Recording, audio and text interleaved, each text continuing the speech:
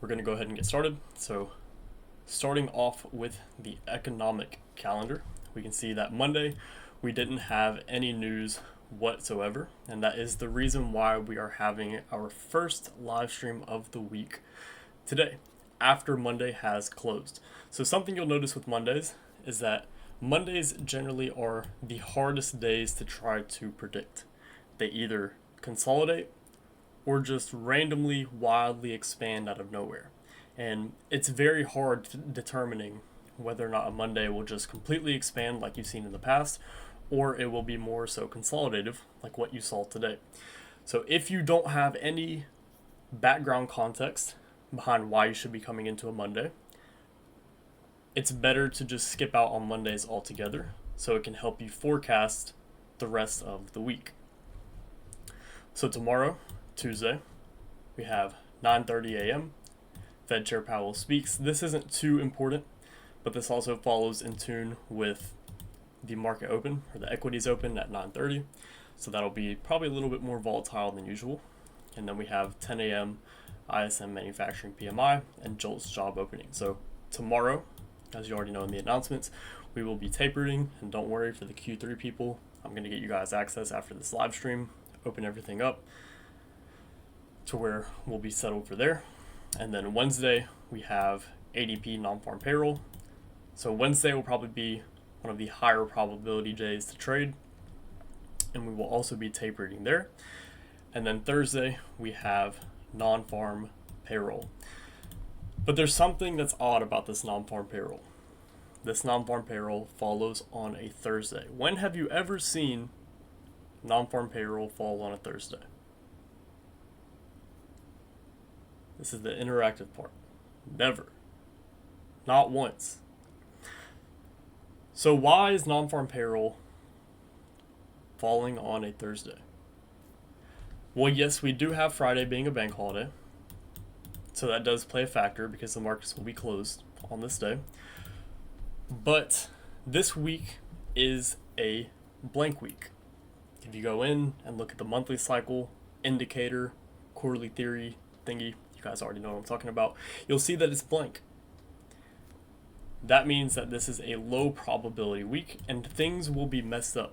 Things will be skewed. Things will not make sense. There are 4 kinds of weeks like this within a year. And each one happens each quarter. So in the first quarter of the year, there was a blank week. In the second quarter of the year, there's a blank week. In the third quarter of the year, there's a blank week. And in the fourth quarter of the year, there is a blank week.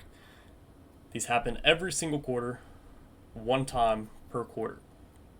And these are the conditions where, like I said, things won't make sense. Low probability price action will come about. And if you look at Monday, you could have seen something on the chart, that said price was likely to do one thing over another. But was it precise? Did it run like how we usually look for it to run to? No. So, is time, quote unquote, aligned? Like with what we say.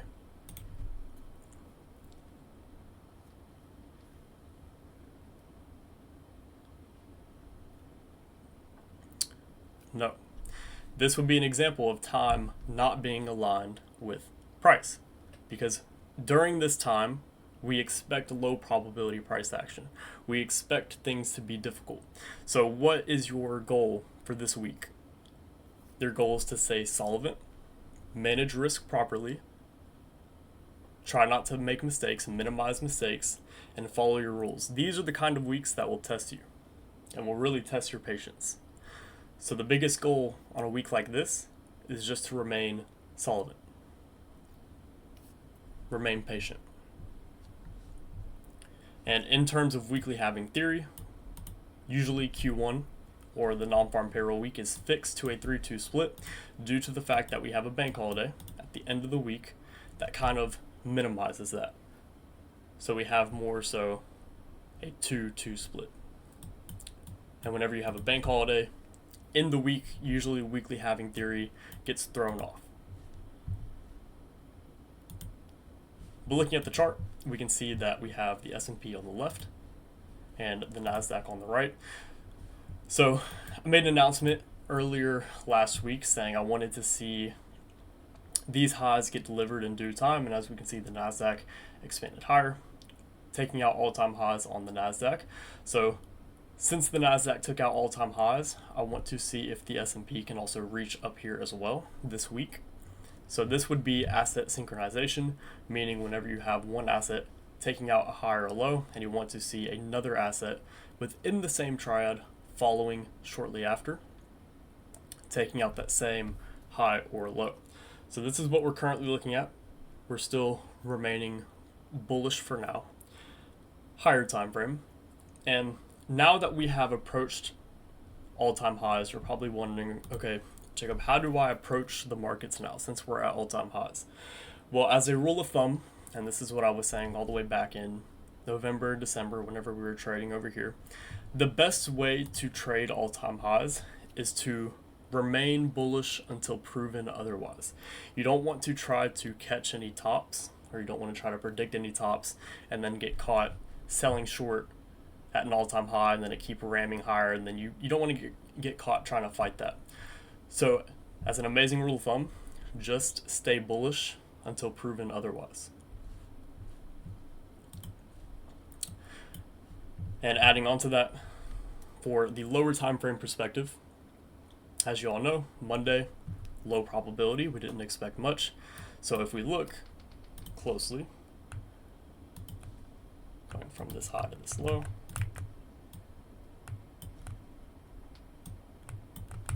we can see we're pretty much at equilibrium within the range. So whenever we're at equilibrium within the range, we don't really look for anything to do. The main focus for right now is looking to see which side price wants to break out of first, and then we can gauge the market from there.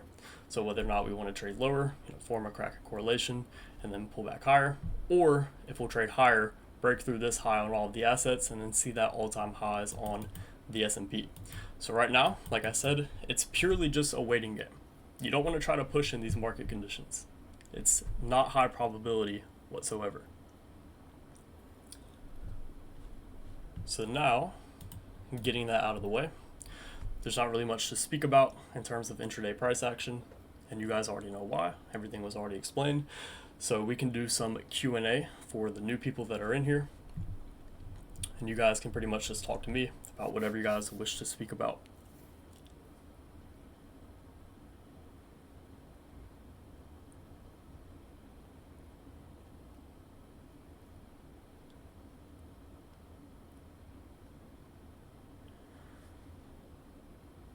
Regarding how London traded on Friday, the first half of London expanded while the second half consolidated.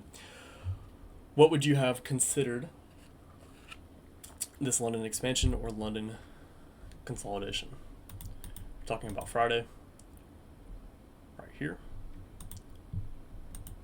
I view this as London consolidation.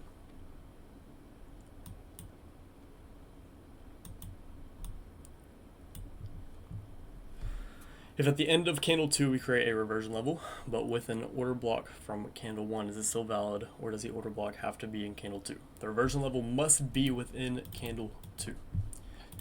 Now the change in the state of delivery, that's a little bit different. The best case scenario is that the change in the state of delivery will form within candle 2, but it is permitted to form in candle 3, depending on asset strength and weakness. Which, don't worry, once all of these things present themselves, you will have plenty and plenty of examples.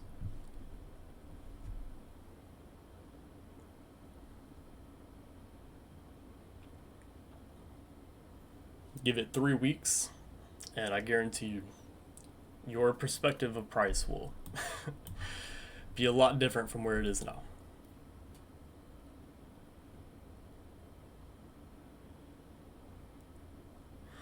If trying to use stacked true opens and the higher time frame true open hasn't occurred yet, would you use the revolving true open, or is advanced premium and discount more important? In the sense like this, we would look for advanced premium and discount. So let's say, I know this is the low of the quarter, but we'll use this right here. So we're going to take all of Q1 on the weekly cycle right here.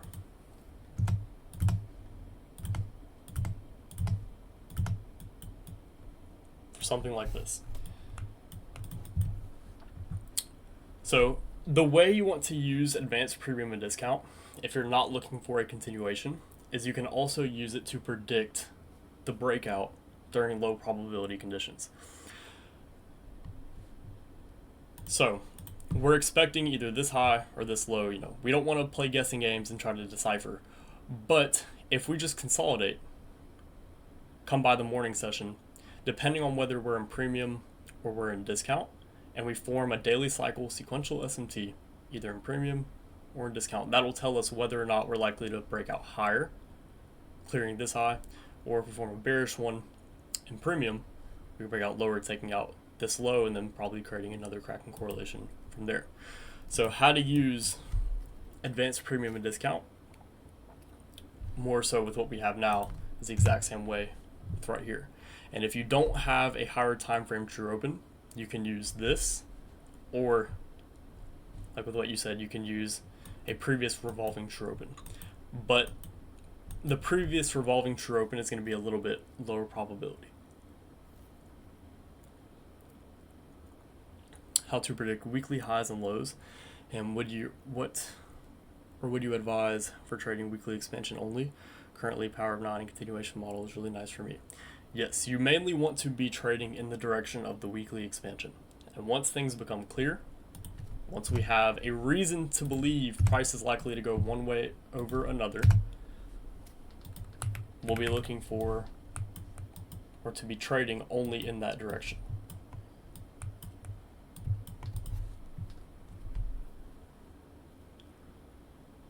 But how to predict the weekly highs and lows, you just use weekly halving theory and then the correlated news events with each half.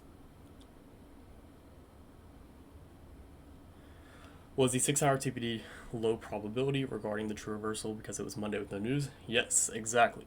Time was not aligned with price. And this is what's going to be the deciding factor between a pattern trader and somebody that has a narrative and knows when something should or shouldn't hold.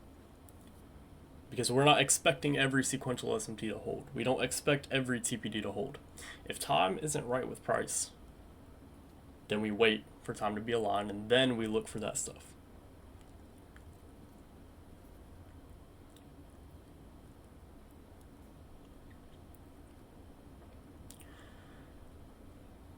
If you have a PSP, no Kraken correlation between candle 1 and candle 3, will you still take the trade if it is confirmed by SMT? If it is confirmed, yes. But if you have a PSP that doesn't have that Kraken correlation, more times than not you'll see it won't be as effective. What time is the review for tomorrow? It'll be out after the market closes.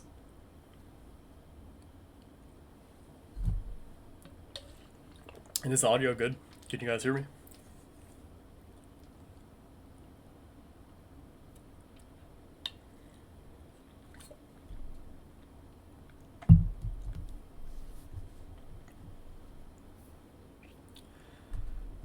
Since the beginning of 2025, my focus has been on fair value gaps higher time frame with sequential SMT and a PSP, but I overlooked TPD. Could you briefly explain what a TPD is? Also, was there a TPD on the 1 hour chart at 7 a.m. today? If we look, we can see yes. There was. So a TPD is going to be a Kraken correlation between two candles within a 3-candle sequence. And yes, whenever you have equal like this, this still counts.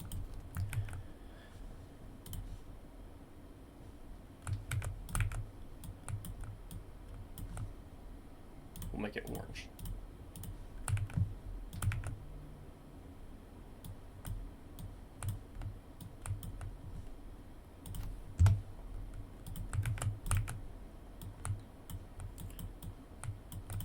So the NASDAQ created an equal open with candle 1. So this would be candle 1 right here. This would be candle 2, and this would be candle 3. What you guys know as a precision swing point or a precision candle, this just tells you whenever a TPD is likely to be there. This is the easy way to see it. But the color of the candles doesn't really hold much meaning. But if we look on the S&P, we can see the S&P created an equal open. The NASDAQ with candle 1 and candle 3. Candle 3 created a higher open than candle 1's close. And on the Dow, created a higher open on candle 3 from candle 1's close. So not only does TPD tell you when price is likely to turn, because we can see upon this TPD, look at the NASDAQ and the S&P, we got lower prices off of that. But it also is able to tell you which one is likely to be quicker and stronger to a certain direction. So, asset strength. If bullish, assets with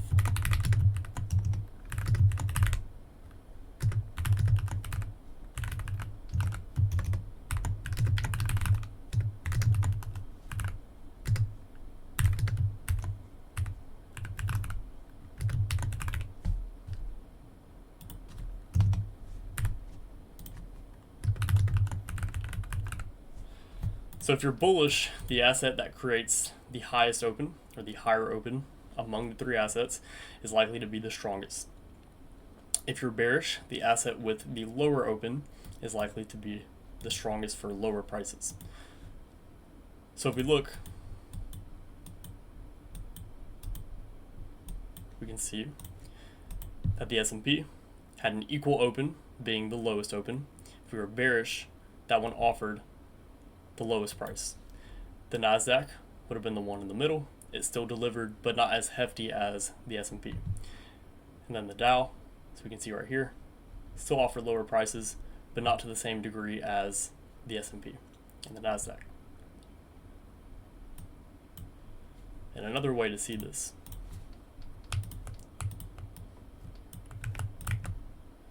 so if we see this gap right here,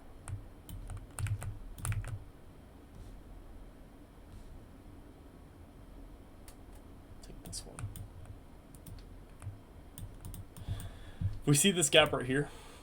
Do we see of how the S&P, no, this gap is the same gap. We're going to take this one for the Dow because there's two of them. So we could take this entirety. But if we look at these gaps right here, all the assets, we can see the S&P, if we look at how much of this gap got filled on the S&P, we can see the S&P pretty much filled its entirety, while the NASDAQ only went to a half. And the Dow went to above a half. So you can also use gaps to gauge that strength and weakness as well for looking at that in terms of TPD. And something you'll notice is I generally go on a little tangent after one question. I can make one question last about 10 minutes, but a lot of gems will get dropped.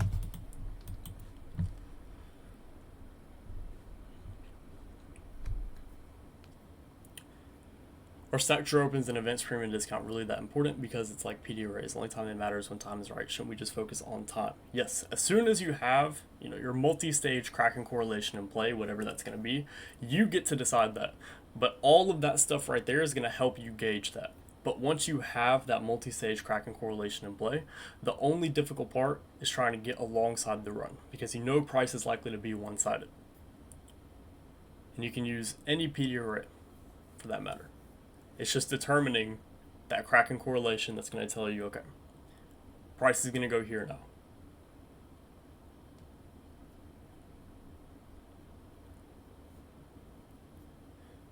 Been thinking about something for a while now. Would you use TPD where the close of candles 1 is the same as price as the opening of candle 3?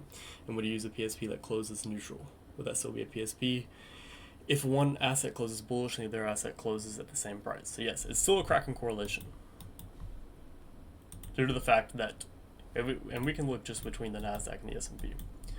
But if we look, this candle's open was higher than this candle's close, while these candles opening and close were equal. So that's still a Kraken correlation. Now, if the S&P would have opened higher, it wouldn't.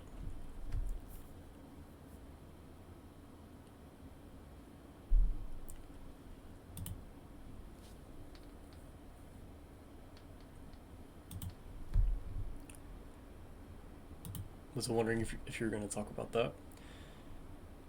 Not yet.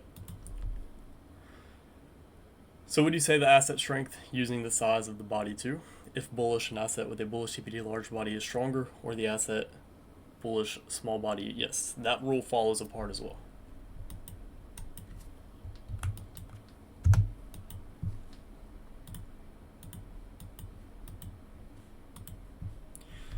Can we use an SMT between 4-hour candles, doubling to validate a 1-hour PSP instead of a daily cycle sequential SMT between quarters?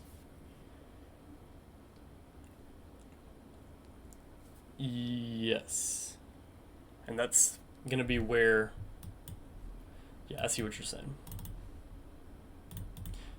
Yeah. And there's a reason why the 2 a.m. 4-hour TPD is the highest probability one, because you don't have to worry about that whenever you have it between the 2 a.m. candle.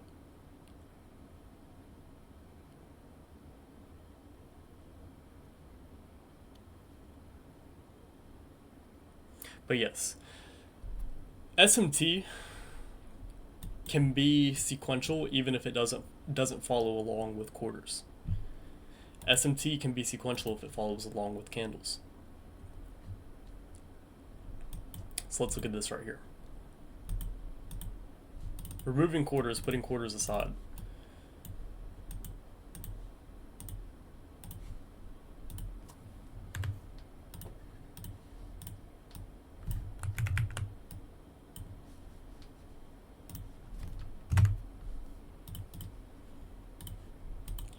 This is candle 1, this is candle 2. We'll take this 7 a.m. TPD again. We can see candle 1 and candle 2. Candle 2 took out candle 1's high on the S&P. While on the NASDAQ, candle 2 created a failure swing on candle 1's high. And on the Dow, again, same thing, took out candle 1's high. This is still a sequential SMT, just not sequential in the fact of quarters, or looking at it in the scope of quarters. It's sequential in the sense of candles.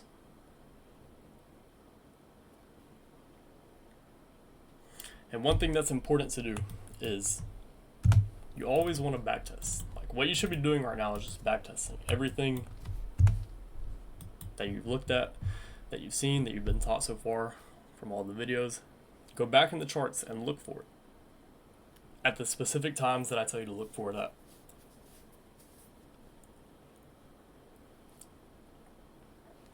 You have to train your eye. My Discord is messing up, can't hear anything. This will be recorded, yes. Do you reckon scalping or day trading with correct weekly bias and prediction of weekly high and low is better than trying to catch the weekly expansion with one trade? Yes, you can do that. Now, as a matter of fact, if it's better, that's going to depend on the person, because some people don't like that high stress environment of opening a trade and then closing a trade within the same day, but still looking for that same direction the following day, and then the day after that, until that weekly target has been met. Some people don't like that. Some people like just opening a trade, having a larger stop than usual, or having like a 1 to 1.5 or 1 to 2 risk to reward, sacrificing risk to reward for lower stress. But some people, on the other hand, like with what you were saying, you don't like to be in trades overnight. You don't like to want to hold for that entire weekly range. You just want to be in and out the same day and have that daily bias. That's going to be solely dependent on you. Which trader are you? And you get to pick that in here. That's the thing that you bring to the table. Because everybody's going to have their own different style.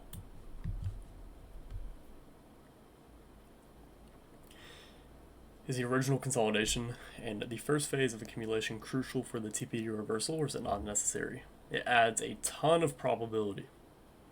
And you'll notice a common reoccurring theme within original consolidation that we will discuss whenever it forms.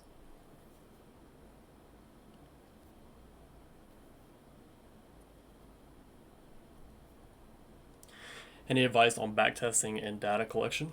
So what you want to do is you want to pick one thing, you want to choose one concept, and then you want to go back and backtest 100 examples.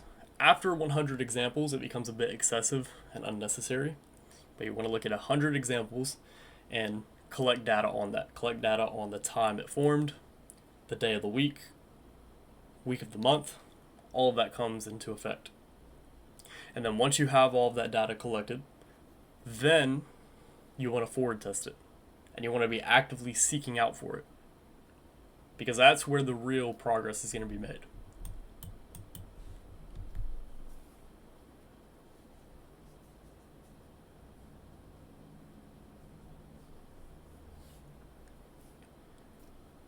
Like you just do it concept by concept. Is it impossible to determine tomorrow's daily profile when price is at equilibrium? It's not impossible, it's just very difficult. I don't want to play guessing games right here in this market. I'll ask you, how confident would you feel right now whether you had, do it like this, at market price, if you had a long position open with your stop under this low and target at this high, or for long, or selling short, having your target at this low with your stop at this high, how confident would you feel? Which one would you pick? And if you did pick one, how would your confidence be?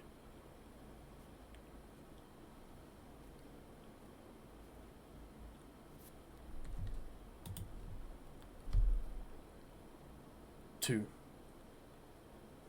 2 out of 10.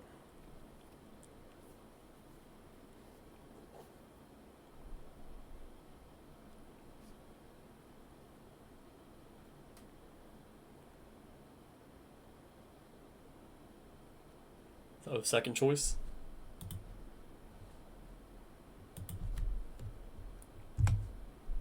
Three out of 10 confident. Exactly. And that's a good exercise you can do if you don't really know, or if you don't want to try to pick a side, or if you just want to ask yourself, how confident would I be if I were in a long trade or a short trade with my stop, adjacent to prices. That'll help you decipher whether or not you're trying to force something and you're seeing something that's not really there, and to help you come back to terms with what price is really doing.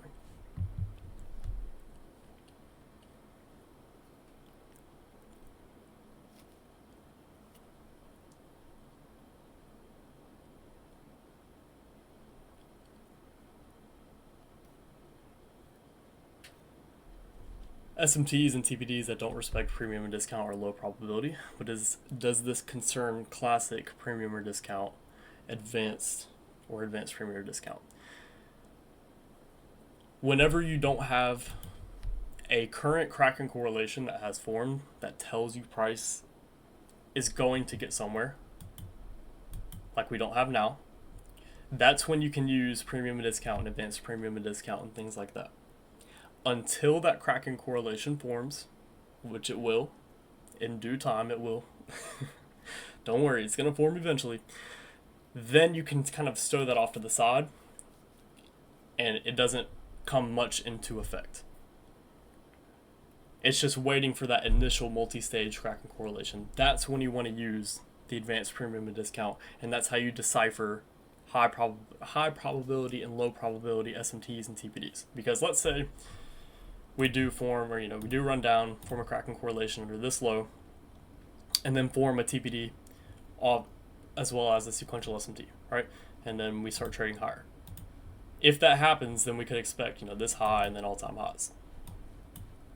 So if price were to trade back into premium, and we were to form a TPD in premium, I wouldn't be looking at this TPD to try to trade lower and then go back to this low. I would be looking at this as a continuation TPD to gauge higher. Because the multi-stage Kraken correlation that follows in tune with premium and discount has already formed. Does that make sense?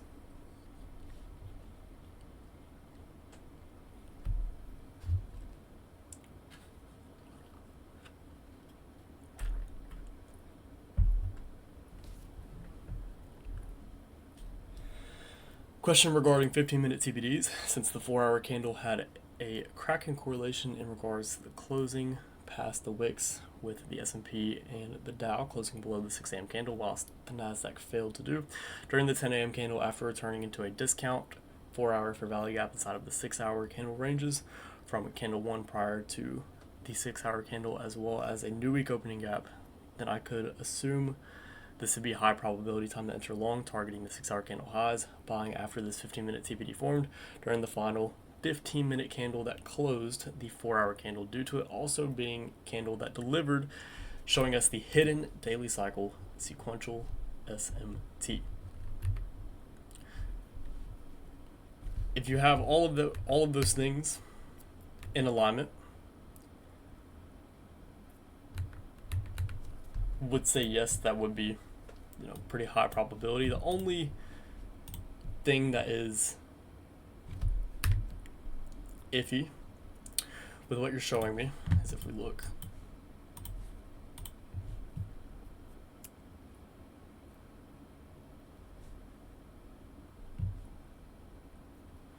I believe it was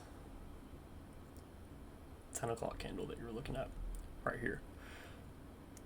The only thing that is iffy would be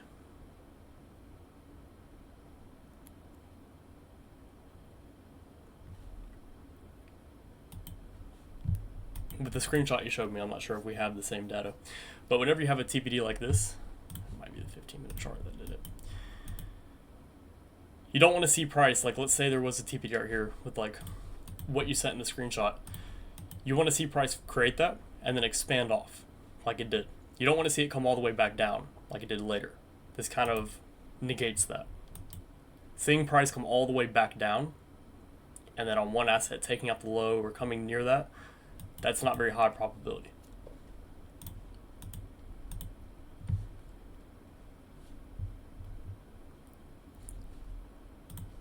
Now in terms of the 6 hour, with what you said, yes, this could be a reasoning for higher prices, but like I said, higher time frame, we're still bullish. Like these highs are going to be hit. In terms of will we run down lower first and then trade higher, or will we straight up just break this high and then continue higher? That's the difficult part. That's what we don't have any information on and that we have to wait for.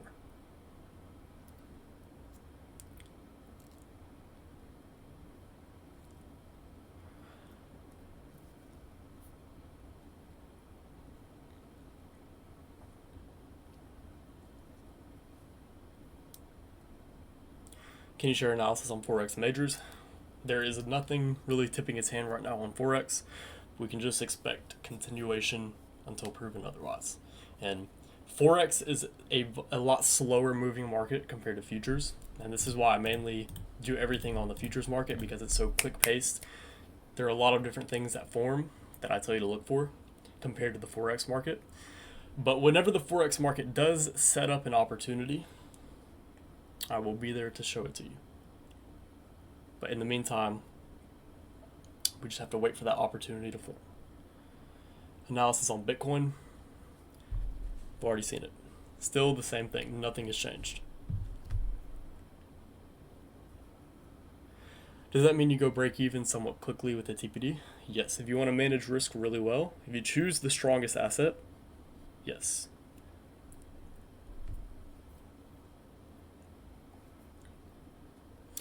But if you are going to go break even, always take a partial. Take a partial and then move to break even.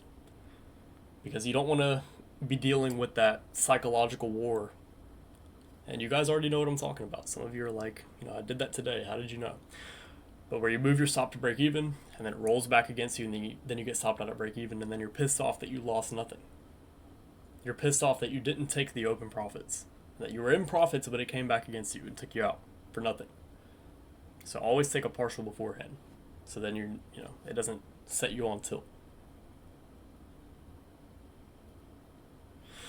Do you trade metals or oil? No, I don't do anything with commodities.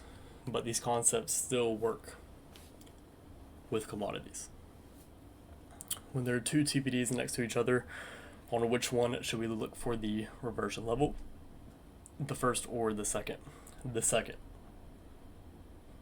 That is a double TPD, and that follows along with its own rules.